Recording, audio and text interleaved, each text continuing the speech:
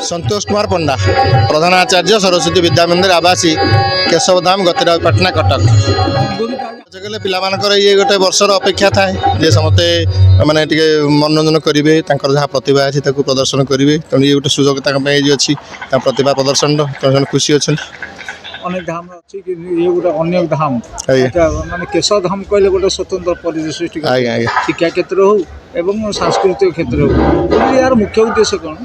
मुख्य उद्देश्य पिला केवल पाठ पढ़ाइया नुहे केमती समाज में प्रतिष्ठित हो पारे गोटे निज गोटे ठिया हो पारे कौन आत्मनिर्भर हो पारे सबू दृष्टि ये शिक्षा सहित सब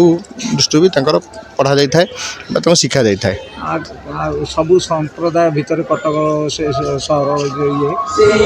एक्समास हॉलिडे हो कि नुआ वर्ष हो शुभेच्छा अभिभावक हाँ इंग्राजी जो आम कैलेंडर इंग्राजी कैलेंडर समस्त अभिभावक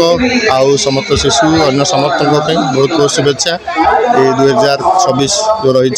इंग्राजी कैलेंडर इयर ये समस्त